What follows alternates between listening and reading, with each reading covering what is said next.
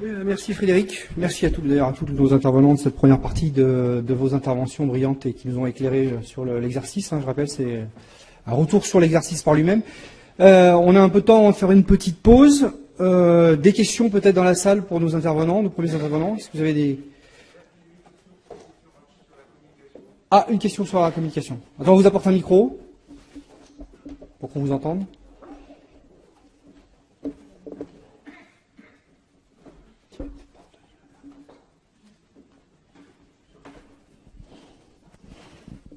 Oui, Wesley Sébastien, Humanis. En fait, les points d'attention sur la communication externe, tout ça, effectivement, c'est très bien, mais ce sont les mêmes points d'attention qu'il faut aussi mettre en œuvre au niveau de l'intérieur de l'entreprise. Parce qu'on a parlé beaucoup de la communication externe, mais la communication interne est aussi importante que la communication externe. Dans un groupe, par exemple, où il y a 50 sites qui sont répartis sur toute la France, il faut aussi rassurer le personnel, les collaborateurs. C'est pas une question, c'était une observation. C'est une affirmation. Oui, merci. Observation. Merci, une observation. Oui, c'est vrai. C'est vrai que...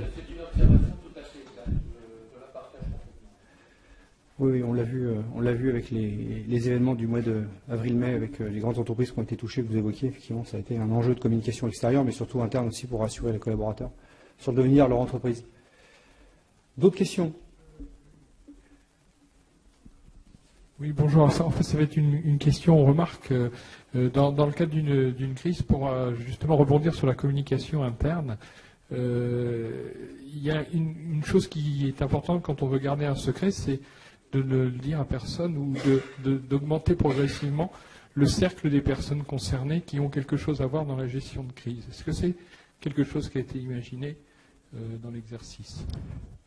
Non, je ne crois pas que le scénario, en fait, pour bien reprendre l'exercice, pour repositionner à nouveau l'exercice, c'était un exercice de type jeu de rôle.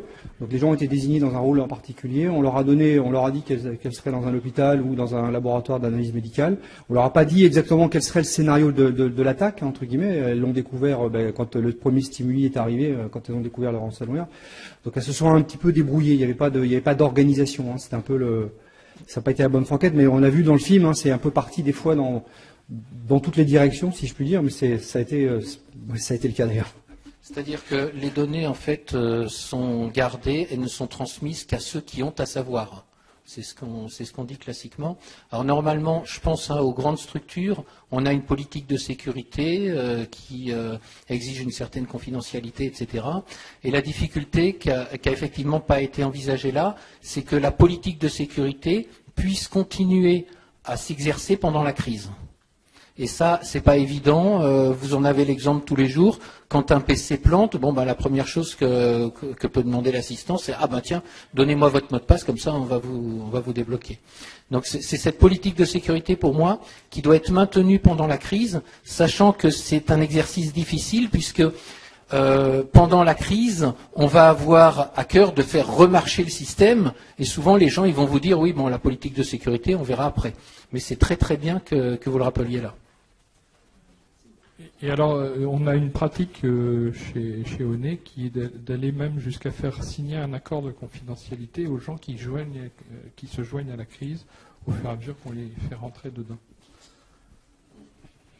Donc voilà, c'était une remarque. Plutôt très pertinent, ouais. Notamment quand on a des bus de chaînes de télévision continues qui campent devant votre entreprise. Il vaut mieux que les gens de la crise et puis d'autres personnes d'ailleurs soient un peu avertis de la communication envers ces sociétés de diffusion de l'information. Une autre question?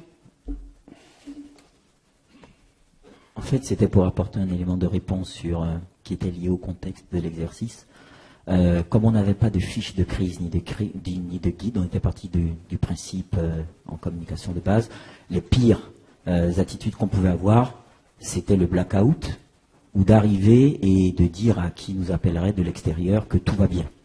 Dormez tranquille, tout va bien. Donc, on avait pris le parti d'une certaine transparence en disant nous avons un problème, on ne peut pas communiquer plus parce que nos équipes sont en investigation et en intervention. Le prochain point est à telle heure. Bon, ensuite, comment dirais-je, les animateurs ont été assez roués pour trouver des failles dans le dispositif. Ils ont fait parler déjà de la cellule de crise, donc après il a fallu improviser. Mais le principe de base était de celui-là. Ni nier l'évidence, ni en dire trop. Mais bon, ils ont trouvé des failles dans l'organisation. Voilà. Oui, c'est vrai qu'on a été un peu surpris quand on a appelé le laboratoire et que de suite le directeur nous a dit ce qui se passait et très, très précisément. On était surpris. On pensait à un scénario plus compliqué, puis du coup ça s'est passé comme vous l'avez vu dans le film. Donc ça a été surprenant, mais bon, c'était le but. Hein. Enfin, c'est pas le but c'était de voir comment les gens réagissaient à la crise. Une autre question? Bon, s'il n'y a pas d'autres questions, je vais faire juste une chose avant de programmer la pause de 10 minutes, un quart d'heure ouverte. Profiter déjà bien sûr de remercier l'ensemble des permanents du GLUSIF, Carmela Cosi, Marie-Annick Kell pour l'organisation de la conférence de cet après-midi.